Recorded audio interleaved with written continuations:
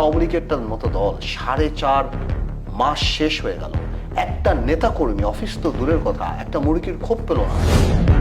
It is very difficult for Awami League politically come back. সাবেক প্রধানমন্ত্রী পুরো কমিটমেন্ট নেই, এদের কমিটমেন্ট ছিল পাওয়ারের উপরে, এদের কমিটমেন্ট ছিল শুধুমাত্র অর্থের উপরে। আওয়ামী লীগের যে সাম দাম দ্বন্দ্ব ভেদে যে রাজনীতি, যে মূল মন্ত্রগুলি, সেগুলি আওয়ামী লীগ বিশ্বাস করতো না গত 7 বছর। সলিমুল্লাহ স্যার যেভাবে বলেছেন যে আওয়ামী লীগ কোনোদিন ফিরে আসলে ওনার লেখাপড়ায় বৃথা, নানক সাহেব, রহমান সাহেব, দীপুমণি বা যারা আছেন, তাদের কারোই আর ওই গ্রহণযোগ্যতা জনগণের কাছে নাই। পার্থ ভাই, অভ্যুত্থান পরবর্তী এই সময়ে আওয়ামী লীগের রাজনীতির ভবিষ্যৎ কি? তাদের ফিরে আসার সম্ভাবনা কতটুকু, আর ফিরে আসলেও নেতৃত্বে কারা থাকতে পারেন? একজন আওয়ামী পরিবারের সদস্য হিসেবে আপনার মূল্যায়নটা জানতে চাই। আমি আওয়ামী পরিবারের সদস্য না, আমি আওয়ামী লীগ আমার আত্মীয়। আমার পরিবার, আমার ফ্যামিলি, আমার বাবার সাইড আলাদা। কারো ভবিষ্যৎবাণী তো আমরা করতে পারি না। আমরা বিং পলিটিশিয়ান, আমরা অ্যানালাইসিস করতে পারি আমাদের এক্সপিরিয়েন্স থেকে, বা আমরা ক্যালকুলেশন করতে পারি। ভবিষ্যৎ তো আল্লাহ তাআলার হাতে, এটা আমরা জানি না।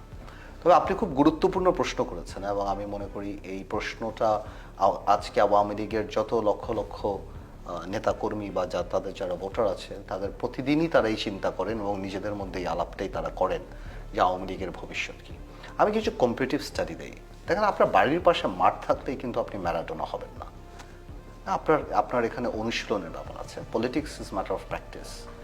আওয়ামী লীগ সভানেত্রী যখন 75-এর পরে 81 সালে এই দেশে ফিরে আসে, তখন কিন্তু একটা সেকেন্ড টিয়ার অ্যাকসেপ্টেবল পলিটিশিয়ান ছিল।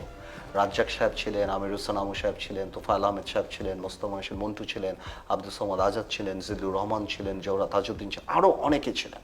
একটা বড় টিম ছিল, যে যার কারণে উনি ফিরে আসার পর ওনাকে পলিটিক্যাল গাইডলাইন, পলিটিক্যাল গাইডেন্স, এই জিনিসগুলি দেওয়া সম্ভব ছিল।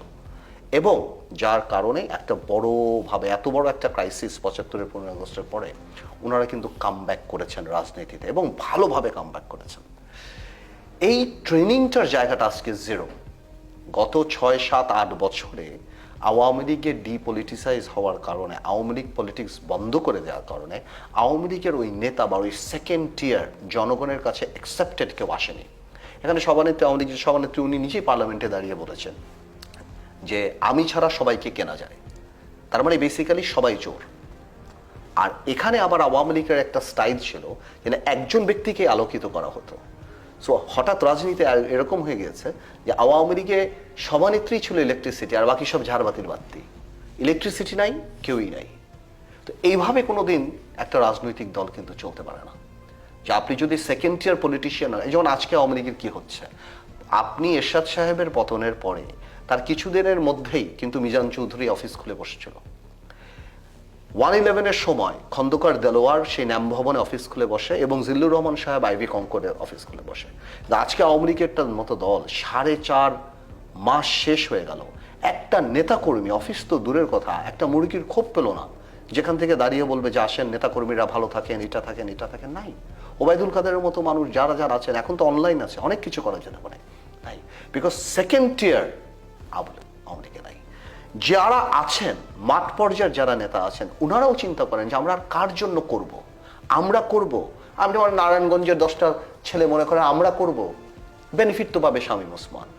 কসবার কেউ চিন্তা করে আমরা করব, বেনিফিট তো পাবে নন পলিটিক্যাল আপনার আনিসুল হক। বা নবাবগঞ্জ চিন্তা করে আমরা করব, বেনিফিট তো পাবে দরবেশ। তো আমরা করে লাভ হবে কি? আলটিমেটলি কেউ না কেউ উপর থেকে চলে আসবে, হাইব্রিড, এবং তারাই করবে।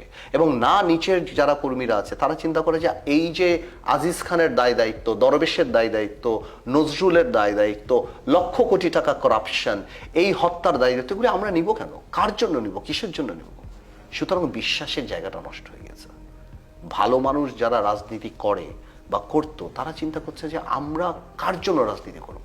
সো আওয়ামী লীগের সেকেন্ড টিয়ার এবং সেকেন্ড টিয়ার, থার্ড টিয়ার যারা আছে, নানক সাহেব, রহমান সাহেব, দীপুমণি বা যারা আছেন, তাদের কারোই আর ওই গ্রহণযোগ্যতা জনগণের কাছে নাই।